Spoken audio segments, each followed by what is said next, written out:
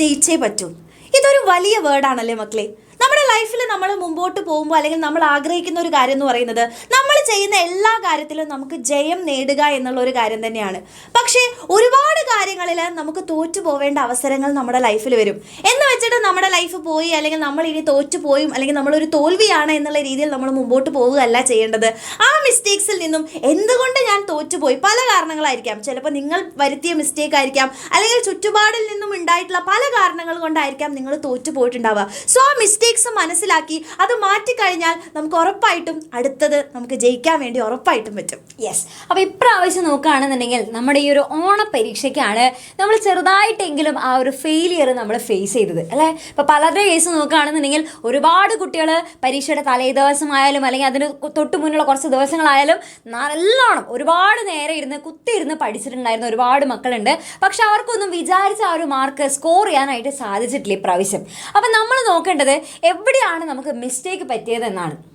Yes. അപ്പോൾ ഒന്നാമത്തെ കാര്യം എന്താണെന്ന് വെച്ച് കഴിഞ്ഞാൽ നിങ്ങൾക്കറിയാം, നമ്മളുടെ അല്ലെങ്കിൽ ഈ ഒരു അക്കാദമിക് ഇയർ സ്റ്റാർട്ട് ചെയ്യുന്ന സമയത്ത് തന്നെ നമ്മളെല്ലാവരും പല സ്ഥലങ്ങളിൽ നിന്നും കേട്ടിട്ടുള്ള കാര്യമായിരുന്നു എക്സാം പാറ്റേണിലുള്ള മാറ്റം, സിലബസിലുള്ള മാറ്റം. ഒരുപാട് അല്ലെങ്കിൽ ഈ പ്രാവശ്യത്തെ ക്വസ്റ്റ്യൻ പേപ്പർ വരുന്നത് കുട്ടികളുടെ കോൺസെപ്റ്റ് എത്രത്തോളം ആഴത്തിൽ അറിയാം എന്ന് ടെസ്റ്റ് ചെയ്യുന്ന രീതിയിലുള്ള ക്വസ്റ്റ്യൻ പേപ്പറുകളായിരിക്കും വരുന്നുണ്ടാവുക. നമ്മൾ പ്രതീക്ഷിക്കുന്ന അല്ലെങ്കിൽ നമ്മുടെ ടീച്ചേഴ്സ് പറയില്ല ഇതാണ് ഇമ്പോർട്ടൻ്റ് ആയിട്ടുള്ള ടോപ്പിക് എന്ന് പറയുന്ന ആ ഭാഗങ്ങളിൽ നിന്നുമല്ല ചോദ്യങ്ങൾ ചോദിച്ചിട്ടുണ്ടായിരുന്നത്. ഇങ്ങനെ പല കാരണങ്ങൾ കൊണ്ടും അല്ലെങ്കിൽ നമ്മളുടെ മാർക്ക് കുറയാൻ വേണ്ടിയിട്ടുള്ള ഒരു കാരണമായിട്ട് മാറിയിട്ടുണ്ട്. യെസ്. അപ്പോൾ ആദ്യം തന്നെ നമ്മൾ എന്ത് ചെയ്യണം, നമുക്ക് എവിടെയാണ് ആ ഒരു പാളിപ്പോയത് എന്നുള്ളതാണ് നമ്മൾ കണ്ടെത്തേണ്ടത്. അതിന് ഏറ്റവും ബെസ്റ്റ് മെത്തേഡ് എന്താണെന്നറിയോ, നമ്മുടെ ആൻസർ ഷീറ്റാണ്.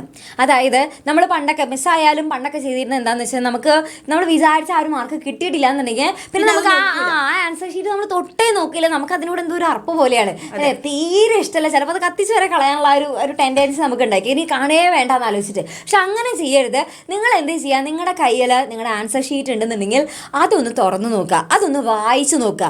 കാരണം അത് വായിക്കുമ്പോഴാണ് നമുക്ക് എവിടേക്കാണ് പ്രശ്നങ്ങൾ പറ്റിയിട്ടുള്ളത്, ഏത് ഭാഗത്താണ് നമുക്ക് പാളിപ്പോയിട്ടുള്ളത് എന്നുള്ള കാര്യം മനസ്സിലാക്കാനായിട്ട് സാധിക്കുള്ളൂ. അപ്പം അതിൽ നോക്കുകയാണെങ്കിൽ പലതരത്തിലുള്ള മിസ്റ്റേക്കുകൾ ഉണ്ടായിരിക്കും അല്ലേ. അതായത് ചില ക്വസ്റ്റ്യൻസ് നോക്കുകയാണെന്നുണ്ടെങ്കിൽ നമുക്ക് കോൺസെപ്റ്റ് ക്ലാരിറ്റി ഇല്ല, അതായത് നമുക്ക് ആ ഒരു കോൺസെപ്റ്റ് നമ്മൾ പഠിച്ചത് കറക്റ്റായിട്ട് നമുക്ക് തലയിൽ കയറിയിട്ടില്ല, അല്ലെങ്കിൽ കോൺസെപ്റ്റ് നമുക്ക് ക്ലിയർ ആയിട്ടില്ല എന്നുള്ളത് നമുക്ക് ആ ഒരു ക്വസ്റ്റ്യനെ നമ്മൾ എഴുതി വെച്ചിട്ടുള്ള ആൻസർ കാണുമ്പോൾ നമുക്ക് മനസ്സിലാവും. ചില ക്വസ്റ്റ്യൻസ് വായിച്ചപ്പോൾ നിങ്ങൾ ചിലപ്പോൾ വേറെ രീതിയിലായിരിക്കും ഇന്റർപ്രിറ്റ് ചെയ്തിട്ടുണ്ടാവുക. ആ ചോദ്യം യെസ്. അപ്പൊ നമ്മളിപ്പോൾ ടെൻഷനോട് കൂടി ആയിരിക്കും വായിക്കുന്നുണ്ടാവുക, അല്ലെങ്കിൽ ഒരു ചില വേർഡുകൾ കാണുമ്പോൾ ഓക്കെ ഇത് ഞാൻ പഠിച്ചതാണ് എന്നുള്ള രീതിയിൽ കാണുമ്പോൾ നമ്മൾ ചിലപ്പോൾ ആൻസേഴ്സ് എല്ലാം എഴുതിയിട്ടുണ്ടാവും. പക്ഷെ ചോദിച്ച ചോദ്യം അതായിരിക്കില്ല. അതായത് നമ്മൾ ചോദിച്ച ചോദ്യത്തിന്റെ ഉത്തരത്തിന് നമുക്ക് മാർക്ക് തരുള്ളൂ. അത് റിലേറ്റ് ചെയ്തിട്ട് നിങ്ങൾ എന്ത് എഴുതി കഴിഞ്ഞാലും കൃത്യമായിട്ടുള്ള പോയിന്റുകൾ നിങ്ങൾ എഴുതിയിട്ടില്ല എന്നുണ്ടെങ്കിൽ ഒരിക്കലും നമുക്ക് മാർക്ക് കിട്ടില്ല. ആൻഡ് അടുത്ത കാര്യം എന്ന് പറയുന്നത് ചിലപ്പോൾ ടൈമിൻ്റെ പ്രശ്നങ്ങൾ കൊണ്ട് നിങ്ങൾ ചില ക്വസ്റ്റ്യൻസിൻ്റെ ആൻസേഴ്സ് ഇൻകംപ്ലീറ്റ് ആക്കി വെച്ചിട്ടുണ്ടായിരിക്കും. ഇതെല്ലാം നമുക്ക് നിങ്ങളുടെ ആൻസർ ഷീറ്റുകൾ നോക്കിക്കഴിഞ്ഞാൽ മനസ്സിലാവും ഓരോ സ്ഥലത്തും നിങ്ങൾക്ക് എങ്ങനെയാണ് മാർക്ക് പോയത്. അതിൽ ഏറ്റവും കൂടുതൽ വരാനുള്ള കാരണം അല്ലെങ്കിൽ ഒരു മാർക്ക് കുറയാനുള്ള റീസൺ എന്ന് പറയുന്നത് ഇപ്പോൾ ക്വസ്റ്റ്യൻ പേപ്പറുകൾ നിങ്ങൾ വായിച്ചു നോക്കുന്ന സമയത്ത് അല്ലെങ്കിൽ ക്വസ്റ്റ്യൻസ് വായിച്ചു നോക്കുന്ന സമയത്ത് അതേത് ഭാഗത്ത് നിന്നാണ് ചോദിച്ചിട്ടുള്ളത് എന്ന് മനസ്സിലാക്കാത്ത ഒരവസ്ഥ. അതിൻ്റെ മെയിൻ ആയിട്ടുള്ള കാരണം നമ്മുടെ ടെക്സ്റ്റ് ബുക്കിലുള്ള എല്ലാ ടോപ്പിക്കും ചിലപ്പോൾ നിങ്ങൾ കൃത്യമായിട്ട് പഠിച്ചിട്ടുണ്ടാവില്ല. അവസാന നിമിഷത്തിൽ പഠിക്കുന്നതുകൊണ്ട് തന്നെ ചിലപ്പോൾ നിങ്ങൾ ബൈ ഹാർട്ട് ചെയ്തിട്ടായിരിക്കും വെച്ചിട്ടുണ്ടായിരിക്കുക കോൺസെപ്റ്റ്, എന്തൊക്കെയോ അവിടെ നമുക്ക് അറിയുണ്ടാവുമായിരിക്കും. അതൊക്കെ നമുക്ക് ഉള്ളത് വെച്ചിട്ട് നമ്മൾ അഡ്ജസ്റ്റ് ചെയ്തിട്ട് എന്താ പറയുക നീട്ടി പരത്തി എഴുതിയിട്ടുണ്ടായിരിക്കും. പക്ഷെ അതിൽ ആ ഒരു എന്താ പറയുക ഒരു കഴമ്പില്ല. നമ്മൾ എഴുതി വെച്ച ആൻസർ നമുക്ക് ആ ഒരു കോൺസെപ്റ്റ് ക്ലിയർ ആവാത്തത് കൊണ്ട് തന്നെ അതിൻ്റെ ഉള്ളിൽ കാര്യമായിട്ടൊന്നും ഇല്ല എന്നുള്ളത് എല്ലാവർക്കും അറിയാം. ഓണം എക്സാമിന്റെ ക്വസ്റ്റ്യൻ പേപ്പർ ആണെങ്കിൽ സ്വാഭാവികമായിട്ടും നിങ്ങളുടെ ടീച്ചേഴ്സിന് ഒരു ആൻസർ കീ കൊടുക്കും. ആ ആൻസർ കീയിൽ ഇമ്പോർട്ടൻ്റ് ആയിട്ട് നിങ്ങൾക്ക് ആ മാർക്ക് തരണം എന്നുണ്ടെങ്കിൽ എന്തൊക്കെ പോയിന്റുകൾ അതിൽ വേണം എന്നുള്ളത് കൃത്യമായിട്ട് കൊടുക്കുന്നുണ്ട്. അപ്പോൾ ആ കാര്യം നിങ്ങൾ കൃത്യമായിട്ട് ചിലപ്പോൾ 4 പോയിന്റുകളായിരിക്കും വേണ്ടി വരിക. അത് നിങ്ങൾ ക്രിസ്പായിട്ട് എഴുതിയിട്ടുണ്ടെന്നുണ്ടെങ്കിൽ നിങ്ങൾക്ക് അതിന്റെ കറക്റ്റ് ആയിട്ട് വെറും 4 പോയിന്റിൽ നിങ്ങൾക്ക് ചിലപ്പോൾ 4 മാർക്ക് കിട്ടും. പക്ഷെ അതിന് പകരം ചിലപ്പോൾ നിങ്ങൾ ഒരു പേജ് എഴുതിയിട്ടുണ്ടോ, വാരം പോലെ നമ്മൾ എഴുതി വെച്ചിട്ടുണ്ടായിരിക്കും. പക്ഷെ നമ്മളിങ്ങനെ വിചാരിക്കും ഇത്ര പേര് എഴുതിയിട്ട് എന്താ മിസ് മാർക്ക് തന്നില്ല. അപ്പം അതിന് നിങ്ങൾ സ്വന്തമായിട്ട് വായിച്ചു കഴിഞ്ഞാൽ നിങ്ങൾക്കത് മനസ്സിലാവും എന്തുകൊണ്ട് ടീച്ചർ ഇത്ര മാർക്ക് തന്നു എന്നുള്ളത്. ഓക്കെ. ആൻഡ് അടുത്ത കാര്യം എന്ന് പറയുന്നത് നമ്മളുടെ പ്രസന്റേഷൻ സ്കിൽ എന്ന് പറയുന്ന ഒരു കാര്യമുണ്ട്. ഇപ്പൊ നിങ്ങൾ ഭയങ്കരമായിട്ടുള്ള ഹാൻഡ് റൈറ്റിംഗ്, വളരെ ബ്യൂട്ടിഫുൾ ആയിട്ടുള്ള ഹാൻഡ് റൈറ്റിംഗ് വേണം എന്ന് ഒരിക്കലുമില്ല. ഇപ്പൊ മിസ്സിന്റെ നോക്കുകയാണെന്നുണ്ടെങ്കിൽ എൻ്റെ ഹാൻഡ് റൈറ്റിംഗ് ഭയങ്കര അടിപൊളിയായിട്ടുള്ള ഒരു ഹാൻഡ് റൈറ്റിംഗേ അല്ല. പ്രത്യേകിച്ച് ചെറിയ ക്ലാസ്സുകൾ ഇപ്പോഴാണ് കുറച്ചും കൂടെ ബെറ്റർ ആയിട്ട് വന്നിട്ടുള്ളത്. അതെ, ഇപ്പൊ പണ്ട് പേപ്പറിൽ എഴുതുന്ന സമയത്ത് ഞാൻ വലുതാക്കിയിട്ടൊക്കെ എഴുതുണ്ടായിരുന്നത്. കുറച്ച് നീറ്റ്, അതായത് ഭയങ്കര ഒരു ടീച്ചർ കാണുന്ന സമയത്ത് അടിപൊളി ഹാൻഡ് റൈറ്റിംഗ് എന്ന് പറയുന്ന ഒരു ഹാൻഡ് റൈറ്റിംഗേ ആയിരുന്നില്ല. പക്ഷെ എനിക്ക് നല്ല മാർക്ക് കിട്ടിയിട്ടുണ്ടായിരുന്നു. കാരണം എന്താ, ഞാനത് നീറ്റായിട്ട് എഴുതും. അതായത് ഒരു ടീച്ചർക്ക് വായിക്കുമ്പോൾ മനസ്സിലാവുന്ന രീതിയിൽ എഴുതും. അതേപോലെ തന്നെ ചില പോയിന്റുകളൊക്കെ ഉണ്ടെങ്കിൽ ഞാൻ അണ്ടർലൈൻ ചെയ്ത് വെക്കും. അതുപോലെ തന്നെ ഇമ്പോർട്ടൻ്റ് ആയിട്ടുള്ള കാര്യങ്ങളൊക്കെ ഉണ്ടെങ്കിൽ നമ്മൾ ഒരു എന്താ പറയുക ബോക്സിലൊക്കെ ആക്കി വെക്കും. ആ ഒരു നീറ്റ്നെസ് നമുക്ക് വരുത്താൻ വേണ്ടി പറ്റും. എല്ലാവർക്കും ബ്യൂട്ടിഫുൾ ആയിട്ടുള്ള ഹാൻഡ് റൈറ്റിംഗ് വേണമെന്നില്ല, നിർബന്ധമൊന്നുമില്ല. അപ്പൊ നിങ്ങൾ എന്താ ചെയ്യാ, നമ്മൾ എഴുതുന്ന കാര്യം എന്താണോ അത് മറ്റൊരാൾ വായിക്കുന്ന സമയത്ത് നിങ്ങൾ വേണമെങ്കിൽ നിങ്ങളുടെ ആൻസർ ഷീറ്റ് വായിച്ചു നോക്കുക. അപ്പൊ തന്നെ നമുക്കത് മനസ്സിലാവും, ഇത് എനിക്കേ മനസ്സിലാവുന്നില്ല, അപ്പൊ ടീച്ചർക്ക് ഇത് എങ്ങനെ മനസ്സിലാവും എന്നുള്ളത് നമുക്ക് അപ്പൊ തോന്നും. ഓക്കെ, അപ്പൊ ഇത്രയും കാര്യങ്ങളാണ് നമുക്ക് മെയിൻ ആയിട്ടുള്ള പ്രശ്നം എന്ന് പറയുന്നത്. അപ്പൊ നമ്മൾ എന്ത് ചെയ്യണം, അപ്പൊ നമ്മൾ തുടക്കം തന്നെ ഫസ്റ്റത്തെ പ്രശ്നം എന്ന് വെച്ചാൽ നമ്മുടെ ആ ഒരു കോൺസെപ്റ്റ് നമ്മൾ ക്ലിയർ ആക്കുക എന്നുള്ളതാണ്.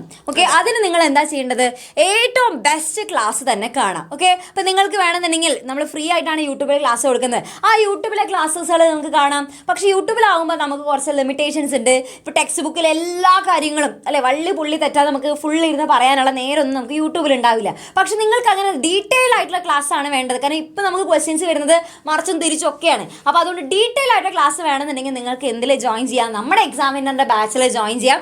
അതിലൊരു പോയിന്റ് പോലും മിസ്സാക്കില്ല എന്നുള്ളത് മിസ് ഉറപ്പ് തരുന്നു.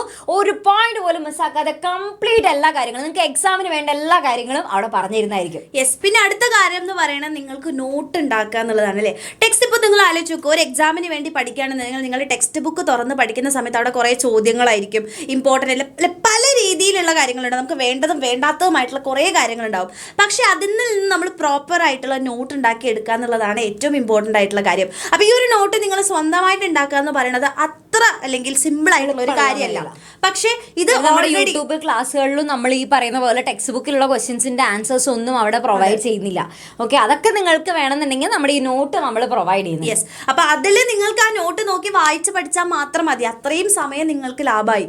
ആൻഡ് നെക്സ്റ്റ് കാര്യം എന്ന് പറയുന്നത് ഓരോ ചാപ്റ്ററിൽ നിന്നും നമുക്കിപ്പോൾ ഏറ്റവും ഇമ്പോർട്ടൻ്റ് ആയിട്ട് വേണ്ട കാര്യം എന്ന് പറയുന്നത് ക്വസ്റ്റ്യൻസ് ആണ്. യെസ്, ക്വസ്റ്റ്യൻസ് ചെയ്യാതെ നമുക്ക് ഒരു നിവർത്തില്ല എന്നുള്ളത് ഈ ഒരു ഓണം എക്സാം കഴിഞ്ഞപ്പോൾ നിങ്ങൾക്ക് മനസ്സിലായിട്ടുണ്ടായിരിക്കും. അപ്പോൾ ആ ക്വസ്റ്റ്യൻസ് നിങ്ങൾക്ക് അടിപൊളിയായിട്ട് നിറയെ ക്വസ്റ്റ്യൻസ് നമ്മൾ പ്രാക്ടീസ് ചെയ്യണം. അപ്പോൾ അതിന് വേണ്ടിയിട്ട് നിങ്ങൾക്ക് വർക്ക് ഷീറ്റുകൾ പ്രൊവൈഡ് ചെയ്യുന്നുണ്ട്. അതിൽ ക്വസ്റ്റ്യൻസും ആൻസേഴ്സും ഉണ്ടായിരിക്കും. പിന്നെ അതേപോലെ തന്നെ നമ്മൾ ഓരോ ചാപ്റ്റർ കഴിയുമ്പോഴേ എക്സാംസ് നടത്തുന്നുണ്ട്. അതിലും ക്വസ്റ്റ്യൻസും ആൻസേഴ്സിന് മുന്നേ കഴിഞ്ഞു പോയിട്ടുള്ള ആ ഒരു ചാപ്റ്റർ വൈസ് ആയിട്ടുള്ള എക്സാംസിൻ്റെ ഒക്കെ നിങ്ങൾക്ക് ആപ്പിൽ അതിൻ്റെ ആൻസർ കീ അടക്കം ഉണ്ടായിരിക്കുന്നതായിരിക്കും. പിന്നെ അതേപോലെ തന്നെ നമ്മൾ ഓരോ എക്സാമിന് വരെ അതായത് മോഡൽ എക്സാം എന്നൊക്കെ നമ്മൾ നടത്തുന്നുണ്ട്. അതായത് ഓണം എക്സാമിന് മുന്നേ മോഡൽ എക്സാം നടത്തിയിട്ടുണ്ടായിരുന്നു. ക്രിസ്മസ് എക്സാമിന് മുന്നേ നമ്മൾ എന്ത് ചെയ്യും, മോഡൽ എക്സാം നമ്മൾ നടത്തുന്നതായിരിക്കും. ഓക്കെ, അപ്പൊ ഇതെല്ലാം മതി ഒരു കുട്ടിയെ സംബന്ധിച്ച് അല്ലെങ്കിൽ ഒരു പഠിക്കുന്ന കുട്ടിയെ സംബന്ധിച്ച് നമുക്ക് ഓരോ സബ്ജക്റ്റിലും ഏറ്റവും അടിപൊളിയായിട്ടുള്ള മാർക്ക് വാങ്ങാൻ. ആൻഡ് ഇതിൻ്റെ ഇടയിൽ നിങ്ങൾ ശ്രദ്ധിക്കേണ്ട ഒരു ടിപ്പ് എന്ന് പറയുന്നത്, നിങ്ങൾക്ക് ചിലപ്പോൾ ഏതെങ്കിലും ഒരു സബ്ജക്റ്റ് കുറച്ച് ടഫായിട്ട് തോന്നുകയാണെന്നുണ്ടെങ്കിൽ അതിന് നിങ്ങൾ കൂടുതൽ സമയം കൂടെ കൊടുത്ത് എവിടെയാണ് ഇപ്പം ആണെന്നുണ്ടെങ്കിൽ ഓണം എക്സാം കഴിഞ്ഞിട്ടുള്ളൊരു സമയമാണ്, ക്രിസ്മസ് എക്സാമിന് നമുക്ക് സമയമുണ്ട്. അപ്പം ഇതിൻ്റെ ഉള്ളിൽ നിങ്ങൾക്ക് ഈ ഒരു സമയങ്ങളിൽ നിങ്ങളുടെ ടഫായിട്ടുള്ള നമുക്ക് എന്തായാലും അതിന് മാർക്ക് കിട്ടിയേ പറ്റുള്ളൂ. എനിക്കത് ടഫാണ്, എനിക്കത് പഠിക്കാൻ ബുദ്ധിമുട്ടാണ് എന്നുള്ളത് കൊണ്ട് നമുക്കത് മാർക്ക് കളയാൻ വേണ്ടി പറ്റില്ല. അപ്പോൾ എന്ത് ചെയ്യുക, ഈ ഒരു സമയങ്ങളിൽ നിങ്ങൾ അതിന് കൂടുതലായിട്ടുള്ള സമയം കൊടുക്കുക. അപ്പോൾ ആ ഓരോ ചാപ്റ്റേഴ്സും നിങ്ങൾക്ക് മനസ്സിലാക്കാൻ വേണ്ടിയിട്ട് ഇപ്പോൾ നമ്മുടെ ആപ്പിലാണെന്നുണ്ടെങ്കിൽ നിങ്ങൾക്ക് ഓൺ എക്സാമിൻ്റെ ഏതെങ്കിലും ചാപ്റ്റേഴ്സിൻ്റെ നിങ്ങൾക്ക് അറിയില്ല എന്ന് വിചാരിക്കുക, ഓൾറെഡി അതിൻ്റെ റെക്കോർഡിങ്സ് നിങ്ങൾക്ക് അവിടെ അവൈലബിൾ ആണ്. അപ്പോൾ ആ റെക്കോർഡിങ്സ് നിങ്ങൾക്ക് നോക്കിയിട്ട് പഠിക്കാനുള്ള ഒരു സമയം ഇപ്പം ഉണ്ട്. യെസ്, അപ്പോൾ അത് കറക്റ്റായിട്ട് പഠിച്ചു പോവുക.